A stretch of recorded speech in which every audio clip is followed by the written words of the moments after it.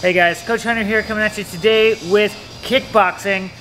We'll be talking today about setting up the overhand right and the basic mechanics of the overhand right.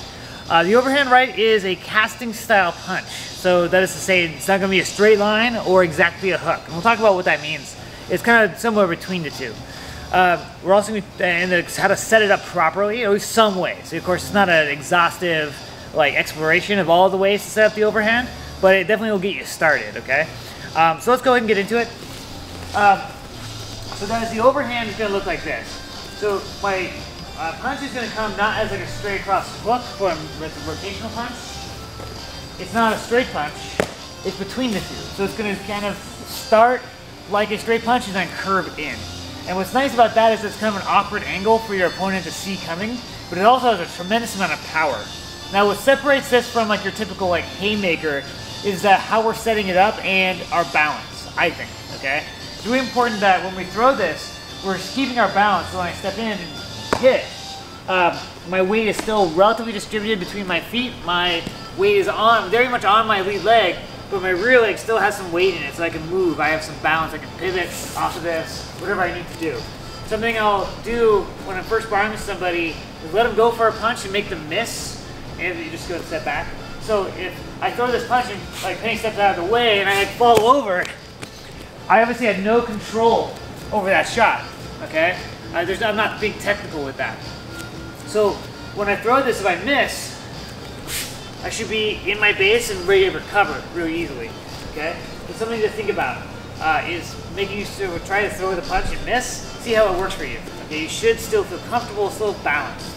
So the actual form is that I'm stepping in, dropping my weight into my lead leg, my shoulders are turning, my hips are turning, my hand's gonna fire straight from my chin. I'm not gonna pull way back here and let my opponent know it's coming, okay?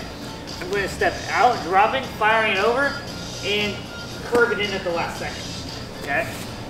A couple things to think about. With a boxing glove, where angle my hand is at is kind of a preference thing. I can fire it palm in, palm toward me, just fine. The problem here with a fingerless glove or a bare fist, when I throw this, I'll be hitting, palm in, I'll be hitting with my fingers, which is a bad time, okay? It's gonna hurt. If you're hitting someone in the skull, you can break your fingers. So I like to roll this over, hit with my first two knuckles there, okay? Turning in, rolling it over. Same thing if I'm wearing a fingerless glove. So I'll show it that way, because that's how I'm comfortable throwing a strike with my boxing gloves as well. So I step in, dropping it in there, okay? So we can practice that a few times.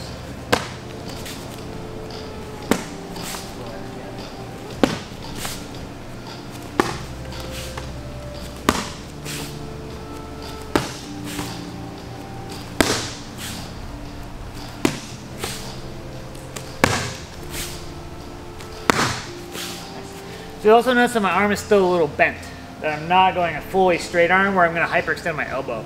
It's no fun. So guys, now that's the basic form. And if you're just quick, you have great explosiveness, maybe you have to just find the right moment when your opponent's hesitating, you can just land it with no setup. However, and really your timing is the setup there. But I think it's best to think about putting ways of setting this up. Now you'll notice the first way we're going to do that is a level change. When I'm throwing this, my head is dropping and I'm sitting into my base. Right? When I'm throwing this punch, I'm dropping levels. So we can set that up by giving her a different look, okay? Changing levels, hitting my body jab, right? So sitting down, pushing the body with my jab, okay? Boom. And then I can fake that to the overhand, okay?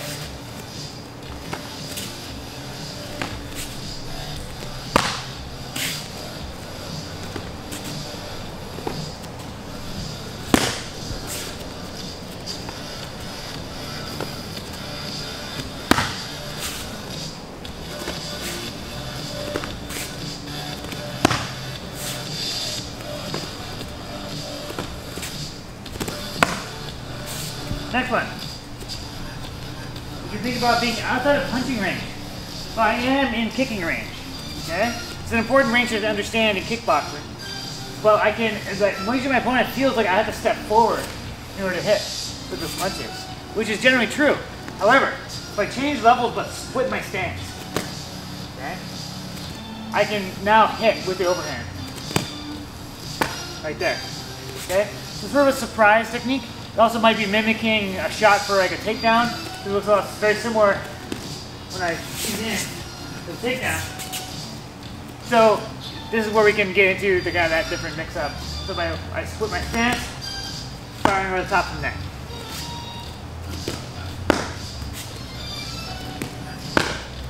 Can't hit here, split, now I can.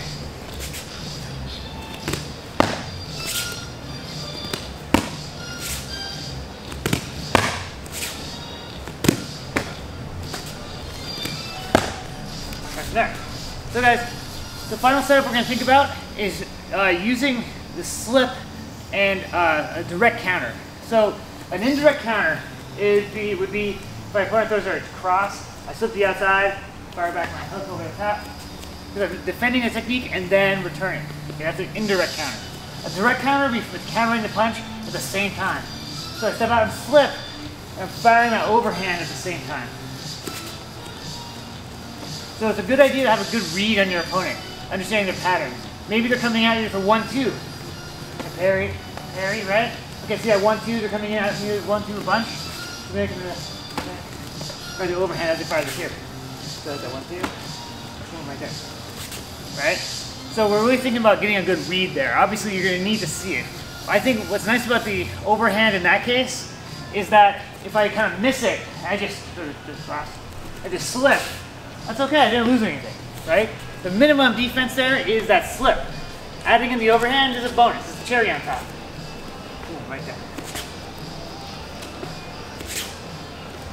It's also keeping my opponent honest with their cover. Making sure that they have their other hand up. It's very common to fire 1-2, bringing the lead hand back to your hip or your chest. So if you start seeing that from your opponent, it's a great opportunity for this counter. Because you're taking advantage of their bad habits. It's always a nice thing. Punish somebody for being imprecise with their hand placement.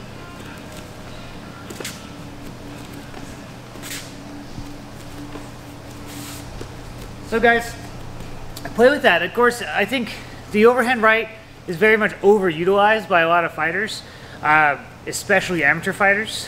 And at the same time, it's a great tool, and I use it a lot. I think there are a lot of fighters who make it a major part of their game, like Dan Henderson, made a career of knocking people out with that big overhand right. I think it's can be very good, but you have to understand how it's used technically, and not just winging it randomly, throwing random shots into the darkness and just hoping one connects. So guys, try it out when you're shadow boxing, hitting the heavy bag, or with a partner. And as always, like to this video, subscribe to our channel to see all of our content, and stay safe, stay healthy, and I'll see you on the mats.